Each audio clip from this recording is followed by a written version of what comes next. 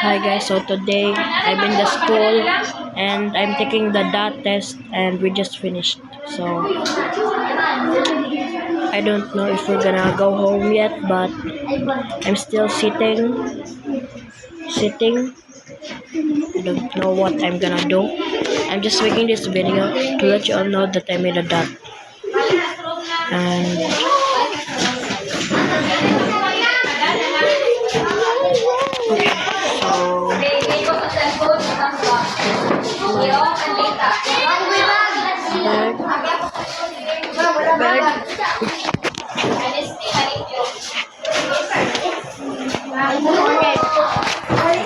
so I'm gonna go back.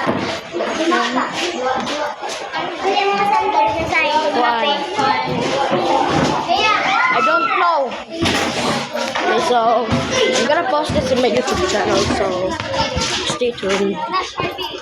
Make sure to like and subscribe for you to know if I get another post. Just like and subscribe.